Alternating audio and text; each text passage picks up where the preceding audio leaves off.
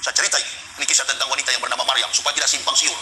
Nggak semua pendeta tahu. Satu-satunya pendeta yang paham sejarah itu kecuali mereka yang pernah belajar di kampungnya Isa.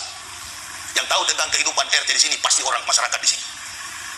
Iya, shalom bagi kita semua dimanapun kita berada pada saat ini. Kiranya kita semua tetap berada dalam keadaan sehat, dan apapun yang merupakan aktivitas kita sepanjang hari ini, kiranya kita semua tetap berada dalam keadaan sehat, dan apapun yang merupakan aktivitas kita sepanjang hari ini, kiranya Tuhan Yesus memberkati. Dan kembali berjumpa lagi di channel kita ini, yaitu Zimayan Yasin. Terima kasih buat teman-teman semua dan juga para sahabat yang sudah mendukung perkembangan channel ini dengan setia, dan kiranya kita tetap menggunakannya untuk menjadi berkat bagi semua orang.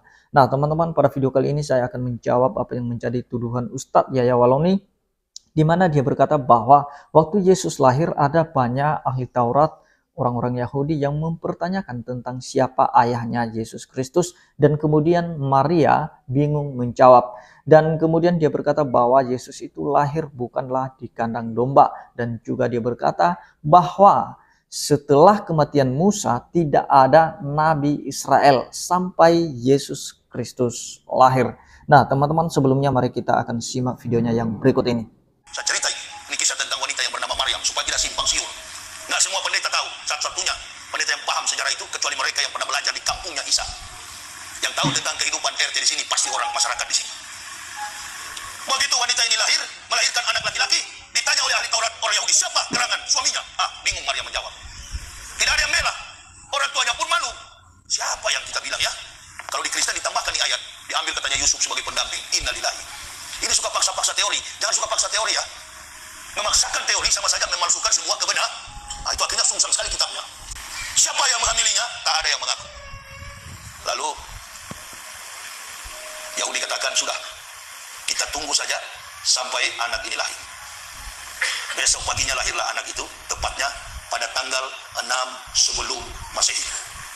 Di mana Ustaz? Di kandang binatang? No. Masa Nabi lahir di kandang binatang? Ini Kristen kafir punya kerja ini. Nabi Isa tak lahir di kandang binatang. Nabi Isa lahir di rumah pondoknya Maryam. Lahir anak ini disaksikan oleh para kelompok ahli kitab. Mereka tahu, apalagi orang Majus. Mereka sudah melihat ada bintang. Ini jaraknya dengan Musa 3.500 tahun berbelakang. Selama itu, orang Israel tak punya nabi. Jadi sepeninggal wafatnya Musa alaihissalam, 3.500 tahun Bani Israel tidak punya nabi. Lalu datanglah nabi yang terakhir bagi mereka, namanya Isa Nah, jadi itu dia videonya teman-teman. Kita sudah mendengarkan apa yang menjadi kekeliruan dari Ustadz Yahya Waloni. Sekalipun Yahya Waloni ini tidak pernah berhenti membahas tentang Kristenan, dia selalu menuduh, dia selalu mengkritik, dia selalu memfitnah tentang kekristenan teman-teman, atau ajaran kekristenan ya. Sekalipun dia ngomong cerita tanpa dasar, tanpa dalil, tetapi dia ngomong sebebas mungkin. Nah, oleh karena itu kita akan melihat tadi, mendengarkan tadi apa yang dia sampaikan. Dia berkata bahwa tidak semua pendeta yang mengetahui tentang cerita ini. Seolah-olah Yahya Waloni dia memposisikan dirinya sebagai orang yang hidup di zaman Yesus pada saat itu, dan juga dia memposisikan dirinya sebagai orang yang pernah bertemu dengan Yesus. Seolah-olah dia tahu semua cerita tentang Yesus, khususnya kelahiran Yesus Kristus. Oleh karena itu teman-teman, kita akan menjawab apakah benar banyak ahli Taurat atau Yahudi yang mempertanyakan tentang siapa ayah Yesus Kristus pada waktu Yesus lahir. Nah, ayat Alkitab satu pun tidak menceritakan tentang hal itu. Bahwa waktu Yesus lahir, sibuk ahli Taurat Yahudi yang mempertanyakan tentang siapa ayah Yesus Kristus. Nah, karena jauh sebelumnya bahwa malaikat itu sudah menemui Maria dan juga Yusuf mengenai kelahiran Yesus Kristus. Bahwa Yesus itu lahir itu berasal dari kuasa Allah, di mana Roh Kudus turun ke atas Maria, menaungi Maria. Disitulah Yesus ada dalam kandungan Maria. Dan malaikat pada saat itu memperlihatkan dirinya kepada Yusuf dalam mimpi. Dia berkata bahwa janganlah takut kamu mengambil Maria sebagai istrimu, sebab anak yang akan dia lahirkan itu berasal dari Roh Kudus. Mari kita akan melihat satu kebenaran Alkitab dari Matius 1 ayat 23 sampai 25. Begini firman Tuhan. Sesungguhnya anak darah itu akan mengandung dan melahirkan seorang anak laki-laki, dan mereka akan menamakan dia Immanuel, yang berarti Allah menyertai kita. Ayat 24. Sesudah bangun dari tidurnya, ini Yusuf bangun dari tidurnya karena dia sudah mendapatkan mimpi tadi. Yusuf berbuat seperti yang diperintahkan malaikat Tuhan itu kepadanya.